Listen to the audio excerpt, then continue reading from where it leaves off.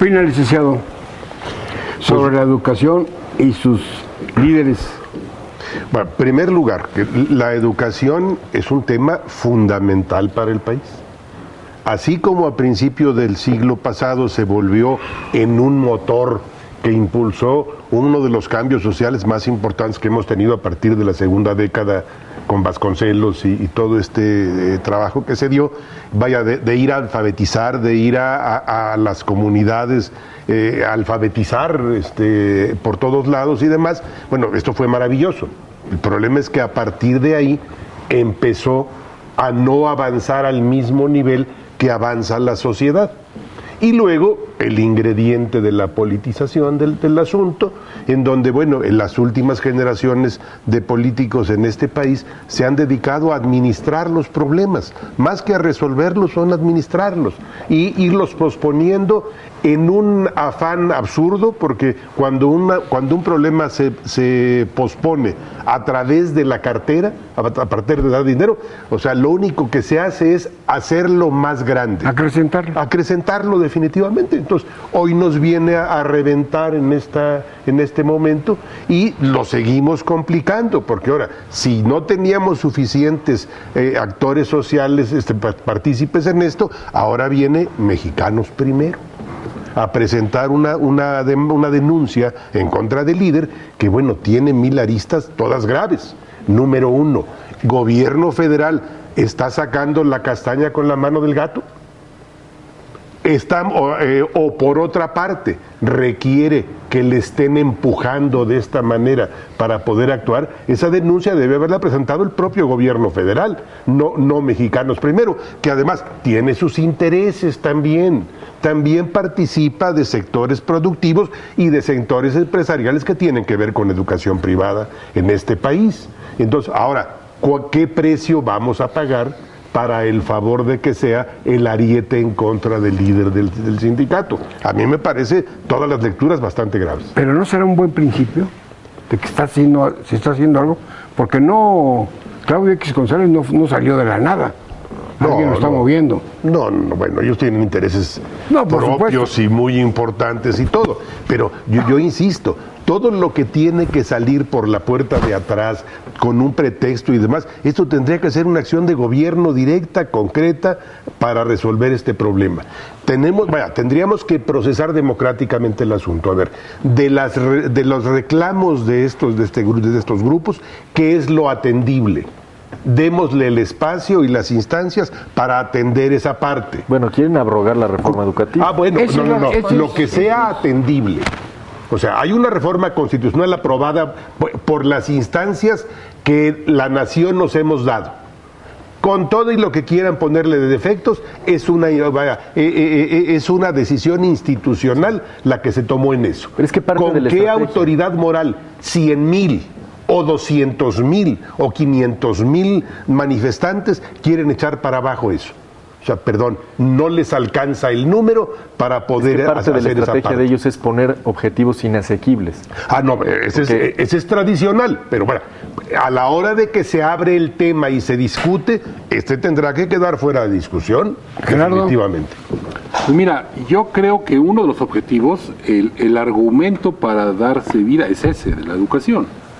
Pero ellos traen atrás de esto una serie de perversiones y maniobras y de ideologías obtusas que hacen lo que te ha dicho en la mesa, que lo que provocan es que no haya negociación para que sigan viviendo como tal. Pero esto obedece, este movimiento incesante de la gente es a raíz de que meten a la cárcel a Esther Gordillo. El sindicato, que es el que tiene el contrato, se ha hecho de lado. El sindicato está en estado de confort y se tiene prendido el problema. El gobierno federal le echó el problema a los estados, diciendo resuelvan a los estados, y los estados no tienen capacidad de resolución, porque hoy ya no tienen ni el presupuesto.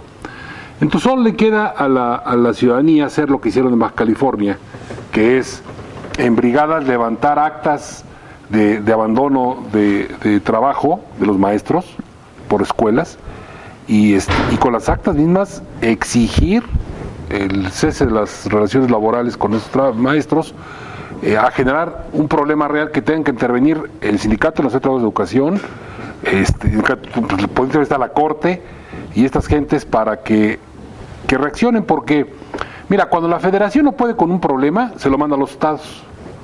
Así pasó en cuestión de justicia, ¿te acuerdas? Y viceversa, ¿no?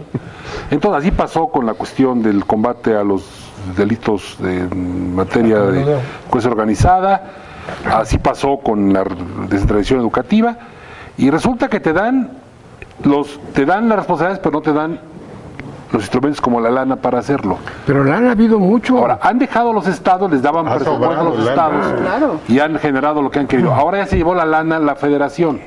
El problema es que ahora los estados ¿dónde está esa lana? No le informan a la Federación, oye, estas gentes no trabajaron, no les pagues. Ahora el problema es que si se diera el caso que lo hicieran, el procedimiento dura como un año para que puedan suspender de una semana de trabajo a una gente de esta. Roberto. Digo, a ver, el quid del asunto está en lo que habla Gerardo al principio. Bien hemos sabido que el tema de la Coordinadora Nacional de Trabajadores de la Educación, que ha sido por años el brazo disidente y organizado del Sindicato Nacional de Trabajadores de la Educación, decían, por ahí se hablaba de que la propia Elbester Gordillo era quien financiaba a la coordinadora, a efecto de meter en control y en cintura a los líderes que le generaban conflicto a nivel nacional de alguna de sus secciones y tratarlos de meter al orden. Para mí no sería raro pensar posiblemente, independientemente de que, como dice Pepe, elevan el tema a un tema de que se modifique la reforma constitucional en materia educativa, de tratar de ir generando el conflicto o la crisis en el que no se evalúen a los docentes. Yo creo que ese no es el principal motivo de este movimiento.